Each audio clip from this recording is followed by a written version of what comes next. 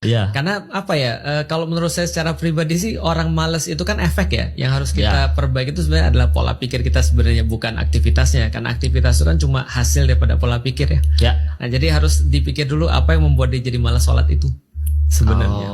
Jadi bukan aktivitasnya. Jadi kalau ada orang misalnya ada orang dia bilang saat saya malas untuk sholat, saya bilang ya udah ayo kita coba belajar dulu. Saya nggak membenarkan malas sholatnya, tapi saya ngajak dia belajar dulu karena saya tahu bahwa itu cuma efek doang dan kita nggak ada gunanya untuk fokus pada efek. Nah sedangkan sebabnya itu adalah di sini nih, di kepala dia isinya. Jadi daripada kita paksa ya mendingan kita ajak dia ngobrol kenapa dia malas sholat.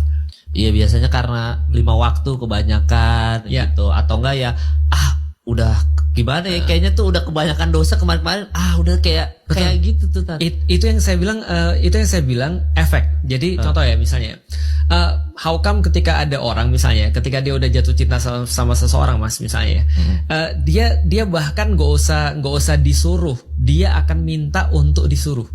Apa yang bisa aku lakuin lagi buat kamu? Kamu mau nggak makan ini? Kamu nggak makan ini? Aku ada restoran yang paling bagus nih. Ini restoran mahal loh, tapi untuk kamu nggak apa-apa. Dia bahkan minta masalah.